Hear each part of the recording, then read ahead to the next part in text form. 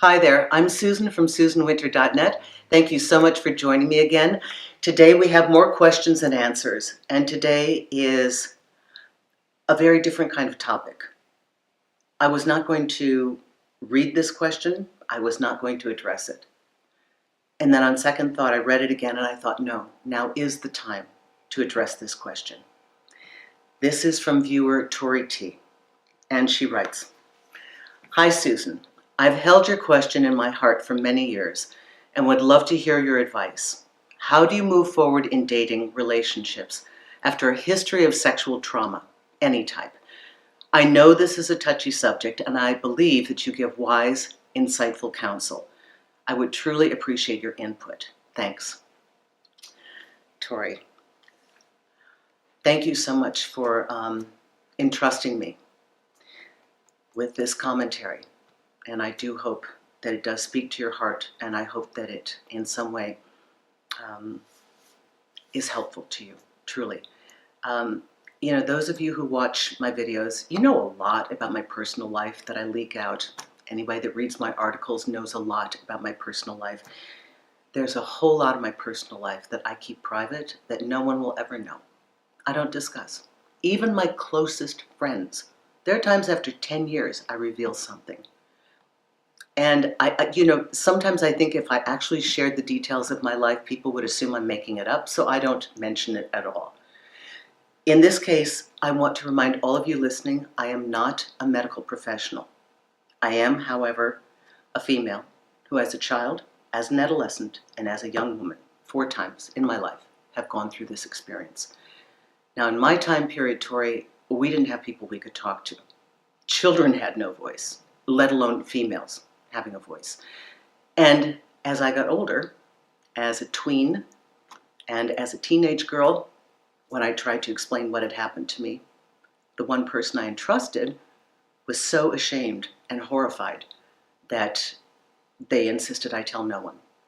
And the victim becomes the provocateur. So you learn very quickly to shut up in former time periods. Now we are moving into something more progressive. The very uncomfortable, dark experiences that we've had are coming out of the shadows, and people are starting to speak up. And more than that, Torrie, one of the things that I would say is boundaries and selection process. Those are my 2 messages for how I would deal with this, how I have dealt with this, and my advice to you moving forward into dating and relationships. You see, when things happen to somebody and they are the victim, when you are young, and you don't know your rights as a human being, and you look to the adults or more mature people around you to guide you, and there is an abuse of power, one doesn't know what is right and not right because it's somebody that you're supposed to trust. So this very much confuses the issue of boundaries. And on top of that, abuse of power can very much confuse partner selection. You see, when somebody chooses to do something to you, you oftentimes respond before you can think that this is not allowable. We are very clear now to be able to speak up and say, this does not feel right. I don't like this. This is inappropriate. Even a comment, I mean, we've come a long way. A comment, a touch, believe me, that's a luxury. So now that we are in this position, those of you who have had this experience, the 2 things that we need to focus on are your boundaries as an individual. What is okay? What is not okay? Start establishing something. If you don't have a sense of your boundaries, get very in touch every day asking yourself, how do I feel? Does this feel okay? Is this not okay? Do it in everyday circumstances, in the way people handle you, the way people talk to you.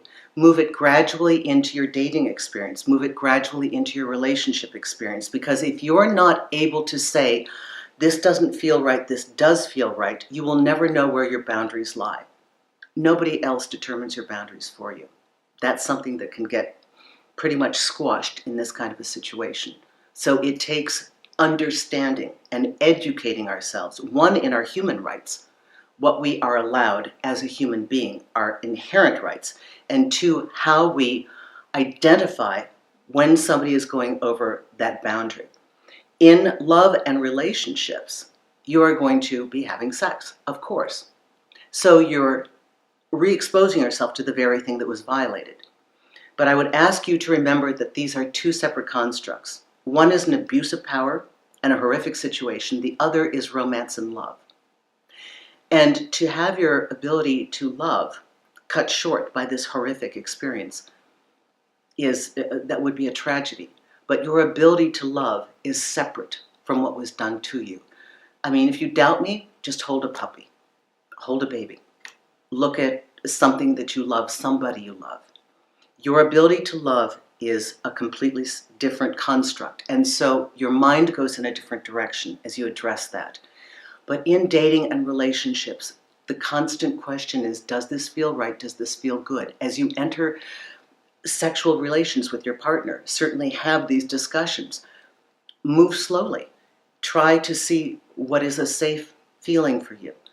And more than anything, in the selection process, choose a mate that makes you feel safe and comfortable and supported. Now, in dating in general, so many of us have a hard time finding that, generally speaking, without this in our backgrounds.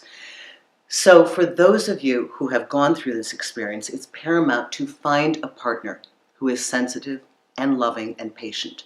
And by the way, you are the one in charge of the selection process, even more so because of this positioning. Your history does not confine you. Your history is something that has happened to you, that molds you and makes you a certain way and have a certain, it's a wound, but it is also a puncture of depth. And I think, honestly, I mean, when I think of the most interesting people I know, they've had horrible wounds, but they're not still sitting in them. They are moving forward. And I love the fact that you used this word moving forward, because that is what it's all about. In all of life, the goal is to continue to move forward. We don't repress, we don't bury, we acknowledge, we deal with it, and we move forward. You needn't carry it with you. That's just my opinion. It happened once, it's bad enough that it happened once or happened several times, but you need to simply move forward. It's a part of your past. It's, if anything, oh, here comes this thing, I'm going to be cognizant of it. I'm going to ask myself how I feel.